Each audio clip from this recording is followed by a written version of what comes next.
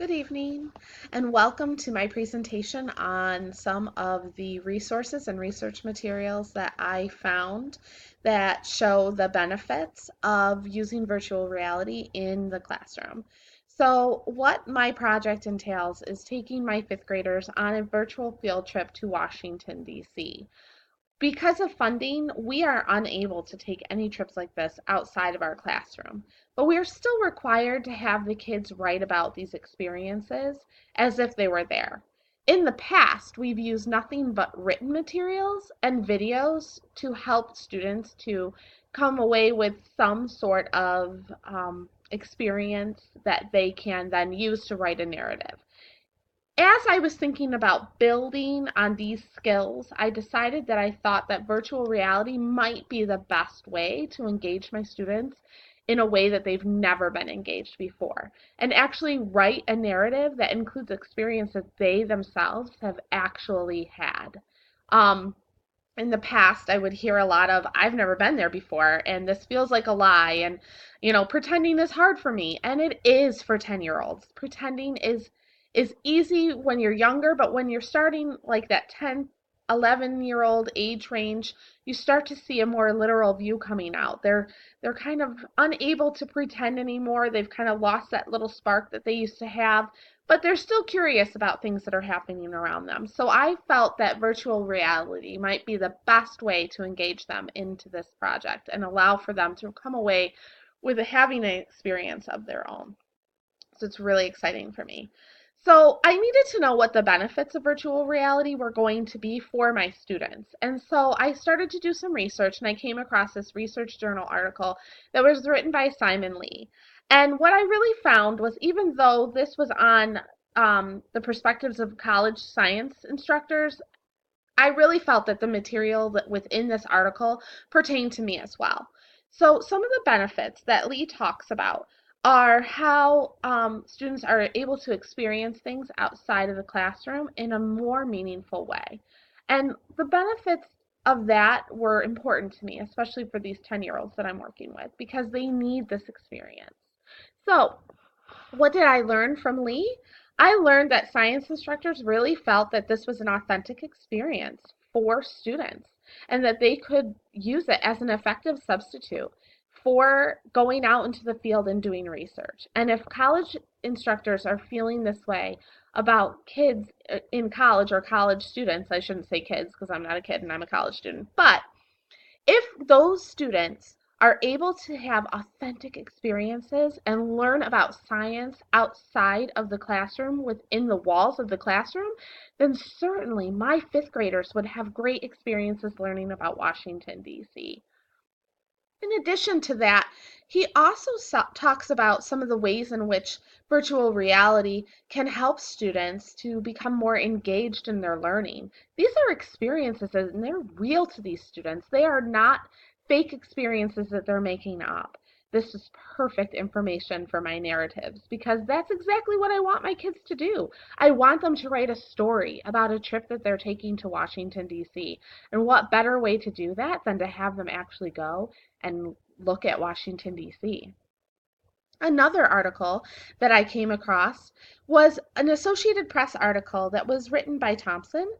And what I loved about this video, or this article, actually, not video, but is that it talks about taking those students and taking them from their classroom to the outside world without spending as much money as you would if you weren't. The best part about this was that this article actually relates to exactly the situation that my students are in. I'm not in a very well funded district. I am in a very diverse district that has low funding, and we're rural, so we don't have the opportunity to go to a lot of places. So this article talks about New York City students using virtual reality technology to see farms in upstate New York. And what's so cool about that is that this means that all of our students could access places where they wouldn't normally get to be. One of the things that one of the students said that they really loved about this was that they felt like they were right there in front of the cow. And they were. I seriously, they were standing there in front of the cow, moving themselves was able to give them the opportunity to feel like they were there. Unfortunately, my students are going to use computer technology to access the virtual world, so they won't have the ability to move their head and look around. But the way that they'll learn how to use their mouse, they will have that same ability. And it might be a little bit better because there is some information and some research about vertigo, and I wouldn't want my students to be dizzy or to become lightheaded or to have headaches from this. So this might be a better way to introduce them to the virtual world before I get them into those goggles and start using it in a real way, such as these students did.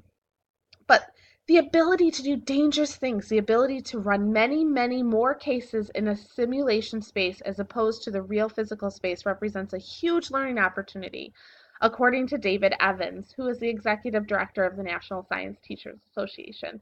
So teachers out there are seeing the benefits of this technology in the classroom and using it, and that encourages me even more because that means that my kids are going to have the same experience and the same level of engagement that these kids did, and we're going to Washington, and that's going to be incredible for them.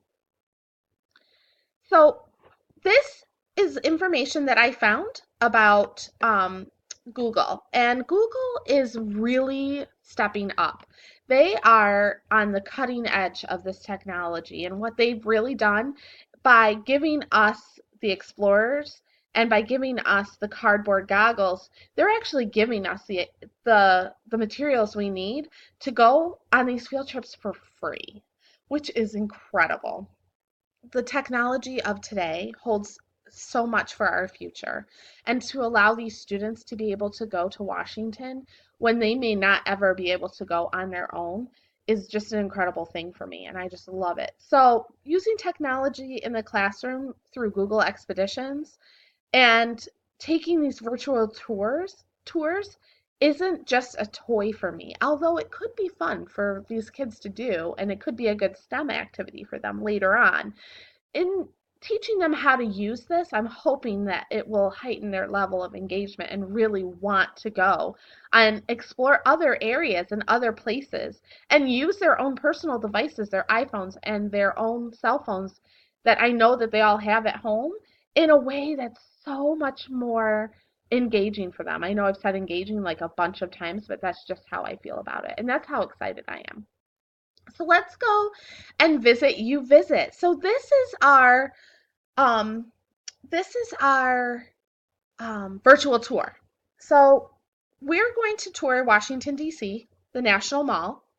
And the purpose of this whole project is for the students to be able to write a narrative and to create a diorama of a memorial of their choice.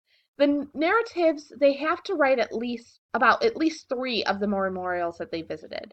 So they're going to visit about 5. As you can see, this is really engaging. So here's the Thomas Jefferson Memorial, and it's going to come up and say 360 view. So I am going to look the 360 view.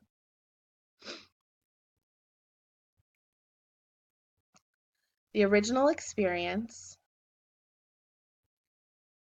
And let me see here. Oh, I have to click down here. Sorry.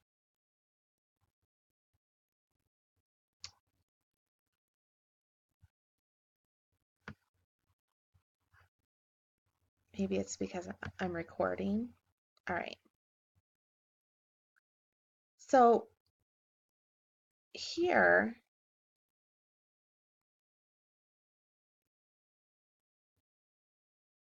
I think it's because my camera is in the way. Up here in the corner, you can see the virtual reality goggles. You can actually use a QR code. This is really cool. And you can actually access this right from a cell phone. We're going to use computers, so we're going to need to use this. We're going to need to use this just as it is on the screen. So I can actually do a 360 view of this. It's not letting me because I'm recording this right now, but I have the walking path that I can go to. Oh, here we go. Now this one's working. So all you have to do is just click and drag, And as you can see, it looks like I'm standing right here on this pathway. And here's the reflection pool. And I can look up and I can look down and I can scroll all around. This right here is the World War II memorial. And I can look straight ahead and it's as if I'm right there. All right. The Washington Monument. There's the Washington Monument. The World War II. It's a beautiful sunny day. I don't have to worry about rain.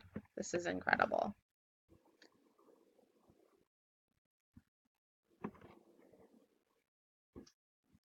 The walking path at night.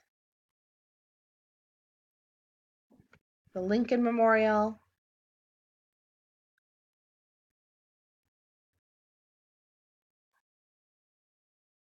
The reflecting pool.